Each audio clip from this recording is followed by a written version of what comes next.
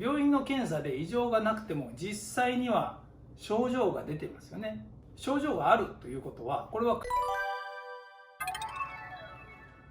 こんにちは、野村整骨院院長の野村明です。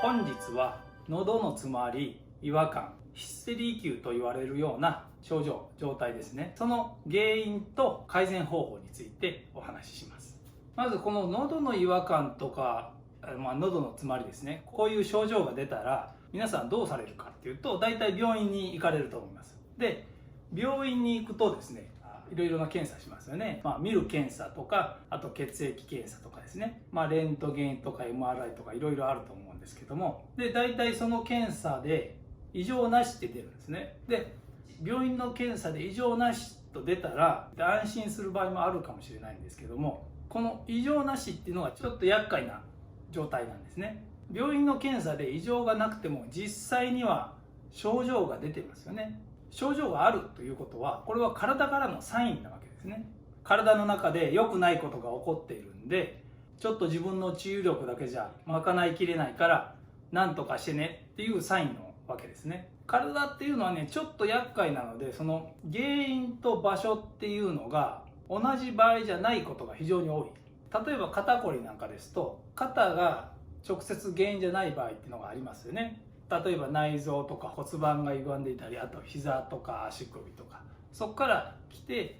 最終的に肩に症状が出ている場合っていうのもあります。ですから肩が辛くて一生懸命揉んでも改善しないっていうのはそういうことですね。それと同じようなことが体の中でいろいろ起こっています。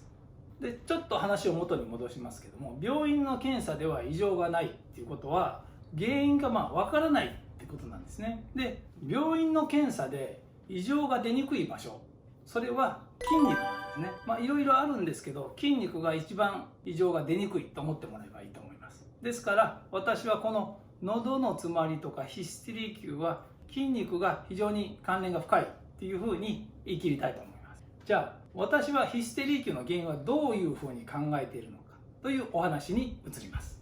心理学的に言うと、もう言いたいことが言えないとか言ってないとか、それを我慢している。だからここに違和感が出ている。こう言われるとなんとなく心当たりがある人と、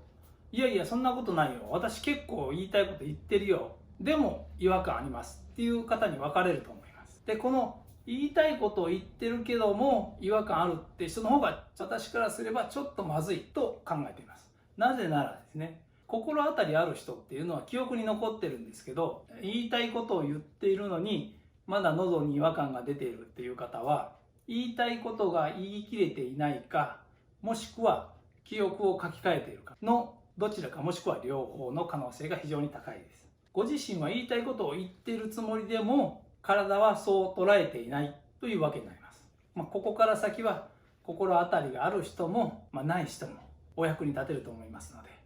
続けて見ていただければいいと思います。じゃあこれどうすればいいかなんですけども、理想はその言いたいことを言わずに我慢しているわけですから、言えばいいんですけどね、感情を込めて言えばいいです。大体その怒りとか悲しみとか、恐怖みたいなのをぐっと我慢してる。怒りが一番多いんですけどね、怒りたいのに怒れない。ただ円滑な社会生活を営むために、腹が立ったらしょっちゅうそう言いたいこと言って怒ってるわけにもいかないって。だからぐっと我慢しますよね。で、我慢した時の人の体ってどういうふうな反応になってるかっていうと、グー握ったりする人もいるし、こんな感じになる人もいますし、その方によって変わってくると思うんですけど、極端に言うと体に力を入れて食いしばっている場合が非常に多いと思います。筋肉をぐっと力を入れて我慢していると筋肉硬くなるんですね。無意識に力を入れてるわけですから、筋肉が硬くなります。で、筋肉硬くなるとどうなるか。筋肉が硬くなると縮む力が働きます。で、この筋肉の間ですね、当然血管が走ってますんで、その血管を圧迫して細くします。ぎゅっと締めちゃうわけですね。そうなると血流が悪くなって酸素とか栄養がいかなくなって、その細胞が痛いとか違和感とかですね、詰まっているという感じで、サインを送っている。これが喉の違和感、つまりの、仕組みになります。で、これを無意識のうちに行っているわけなんですね。意識してやってるんならまだそれを対応しようがあるんですけども、無意識のうちに体に力が入ってここで止めているというようなことが起こっています。筋肉というのはだいたい体に対して縦についているんですね。こういう感じで、ただ横方向にもついている場所がいくつかあって、それが横隔膜とこの胸郭上孔という場所なんですけどね、この部分と、であと骨盤と、大きく分けるとこの3つです。ここで止めている場合ですね、だから横隔膜も結構止めてる人が多いので、喉に違和感がある人っていうのはこの辺にもね違和感がある方が多いと思います。ですからですね、喉で止めている場合に喉の違和感とか喉の詰まりとか、あとそれを総称してヒステリー級というふうに呼んだりしますけども、それの改善方法をお伝えしていきます。では改善方法いくつかあるんですけども、前回は咽頭収縮筋の話をしましたね。咽頭収縮筋、この喉の奥の筋肉をストレッチするという方法を行いましたけど、本日はこの首の横をですね、胸鎖乳突筋という筋肉があるんですけども、この両方左右ですね、これにアプローチしていきます。この筋肉っていうのは結構首の中でも大きい筋肉なんで、影響力が強いと思っていただければいいと思います。で、この胸鎖乳突筋ですね、この筋肉の内側ですね、内側に副交感神経の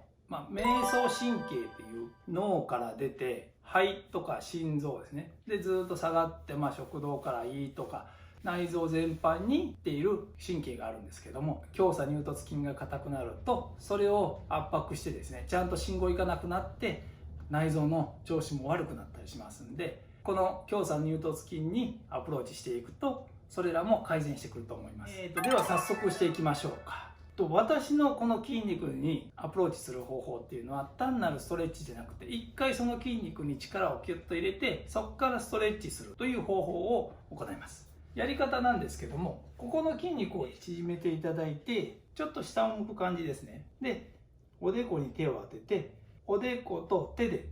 押し合いをします。キュッと力を入れる感じですね。で、これを3秒いきます。キュッと止めて、1、2、3。で、そこからずっと首を後ろに曲げて、伸ばしていただければいいです。で、これを10秒いきます。ここを持っていただいても構いませんし、